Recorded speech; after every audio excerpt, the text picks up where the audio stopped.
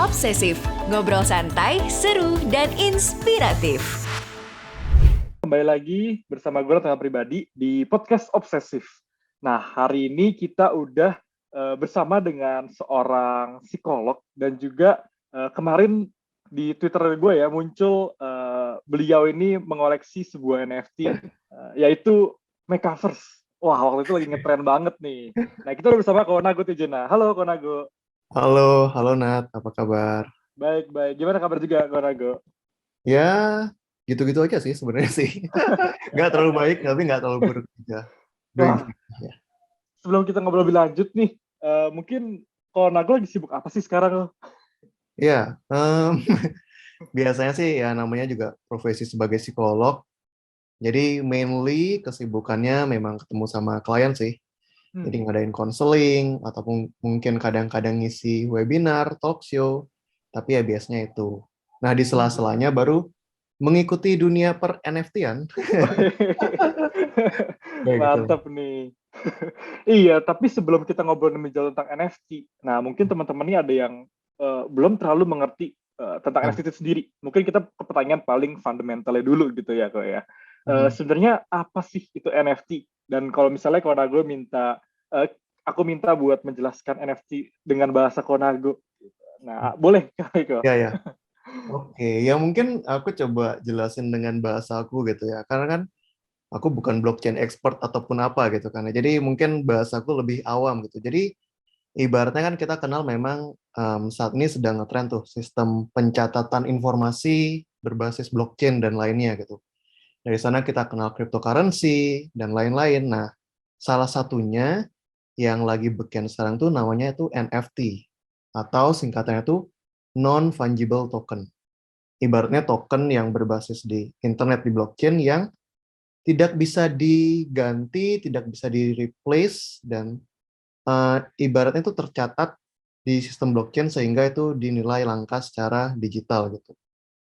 Kalau mau dianalogiin kayak apa ya biar gampangnya ya. Biasanya aku suka pakai contoh itu sih, kayak item games gitu loh. Kalau kita main games kan biasanya ada skin tertentu yang langka, atau ada weapon tertentu yang legendary, yang itu kita nggak bisa sekedar copy terus bagi ke temen, itu kan nggak bisa kan. Jadi kayak item langka itu memang kita yang punya, kita punya ownership-nya dan kita yang bisa pakai, dan itu tercatat di akun kita gitu. Jadi ibaratnya tuh NFT itu kayak gitu ya. Jadi sebuah token yang menandakan bahwa itu terregister di sistem blockchain dan itu asli punya kita gitu. Ya mungkin kayak gitu kali ya. Ya, wah, menarik banget sih. Dan use case sendiri ada di game juga ya kok. Kemarin gue main sebuah game judulnya Bom Crypto ya. Jadi kita Oh beli ya. hero-hero, dia ada rare, ada super rare, legend, terus kita bisa jual hero-nya, terus kita bisa dapat mining coin tokennya gitu kayak. Benar, Oke. benar. Nah, mungkin itu udah tentang NFT itu sendiri. Nah, tapi kalau misalnya orang tanya gitu ya, kok, gimana? Apa sih yang harus kita persiapkan sebelum kita terjun ke dunia NFT itu sendiri? Gitu. Apa yang perlu Hmm. kita lakukan atau persiapkan sih gitu? Iya, iya, iya. Jadi memang kan sebenarnya kebanyakan orang mungkin tertarik di dunia NFT ini karena ini juga sejenis investasi gitu kan ya modelnya kan ya. Kayak yang tadi aku bilang, karena ini menandakan kelangkaan barang itu secara digital, makanya barang yang langka tuh mungkin biasanya value-nya naik gitu kan. Oleh karena itu ketika kita mungkin mau terjun di dunia NFT ini, yang pertama mungkin disiapkan tentu ya modal gitu, uang gitu misalkan untuk memperchase NFT tersebut gitu. Tapi selain itu kita juga perlu paham akan mungkin ekosistemnya gitu.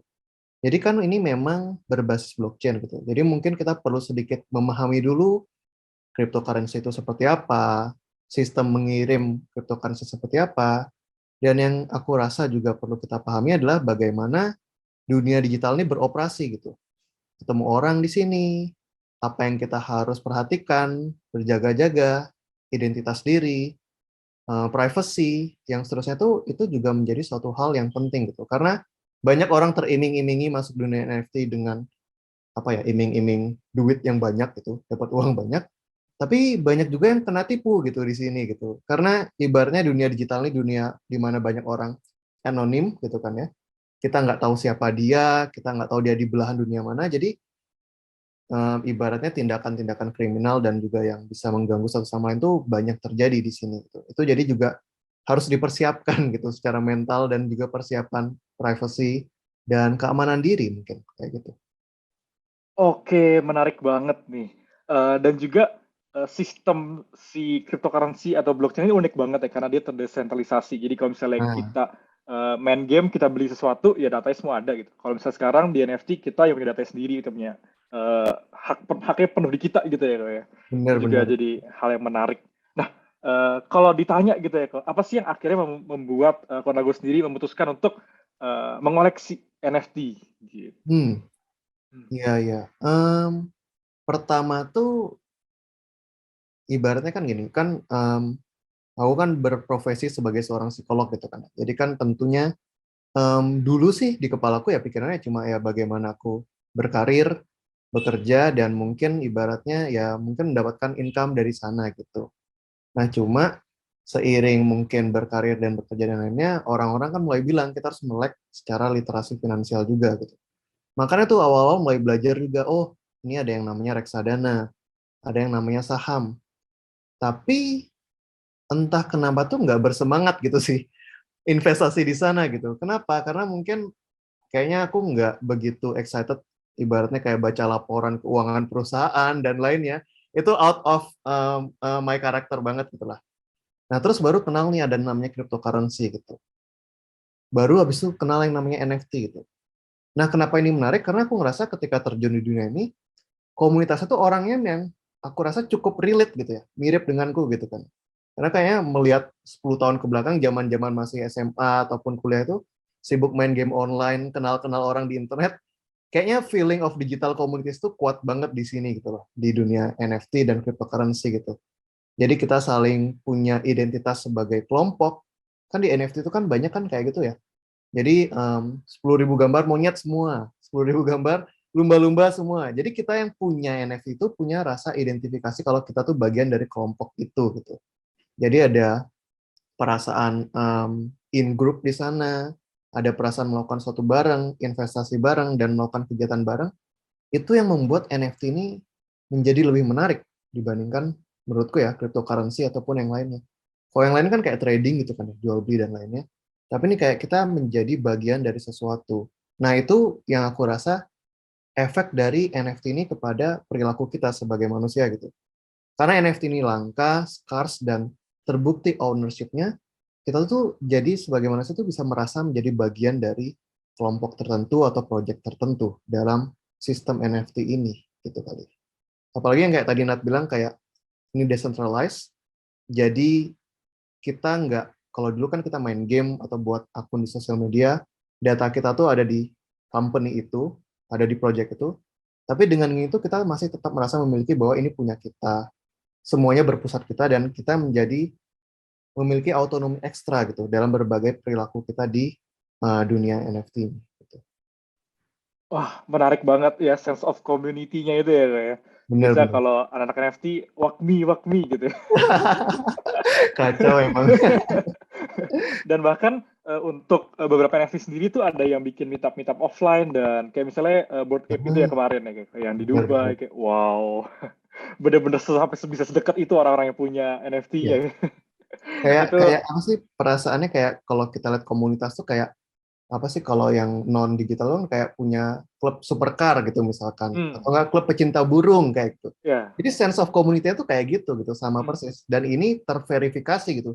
Lo memang benar-benar punya NFT ini, jadi lo memang bagian dari komunitas ini gitu. Wah, menarik banget. Nah, mungkin tadi Konago memberikan contoh ada NFT itu ada yang gambar monyet, ada yang gambar lumba-lumba. Tapi kalau tanya lagi gitu ya, kayak sebenarnya NFT itu apakah hanya berbentuk foto-foto yang lagi tenar gini ya, kayak si Bored Ape atau segala macam, atau sebenarnya ada bentuk-bentuk lain yang merupakan NFT juga? Gitu. Oke. Sebenarnya tuh NFT ini bukan gambar gitu kan. NFT ini kan suatu bentuk token yang diproduksi secara sistem blockchain gitu. Nah, gambar tuh mungkin salah satu bentuk manifestasinya atau gambar tuh ibaratnya diletakkan di atas token tersebut gitu. Tapi dalam aplikasinya ke depannya nanti dan mungkin sekarang juga sudah mulai NFT ini bisa dalam bentuk berbagai hal gitu. Pertama ya jelas gambar, kedua video, ketiga ada musik, ketiga juga ada bisa sejenis kayak tiket atau pass gitu. Jadi kayak holders dari NFT ini bisa masuk ke klub ini, atau yang sekarang lagi baru tuh dibuat tuh, kalau nggak salah dari Gary Vee dan lainnya, holder dari NFT ini bisa masuk ke restoran ini gitu. Jadi sistemnya adalah NFT ini membuat suatu hal yang digital tuh menjadi bisa terverifikasi dan itu bisa dinilai secara langka gitu, valuable gitu. Jadi bentuknya seperti apa? Saat ini sih mungkin masih yang terkenal ya gambar gitu ya, karena ini masih awal permulaan dari NFT. Tapi seiring mungkin kita manusia semakin berkembang di dunia teknologi ini, mungkin akan lebih banyak lagi nanti variasi-variasinya gitu. Kayak sistem membership pun kan sekarang kayak ada yang berbasis NFT gitu kan. Jadi misalkan nih kita influencer atau content creator, kita bisa mengeluarkan NFT, entah mungkin keluarnya bentuk gambar ataupun bentuk lagu atau gimana, tapi itu merupakan bukti membership kita gitu. Kita bisa kumpul bareng, hangout bareng dan seterusnya gitu.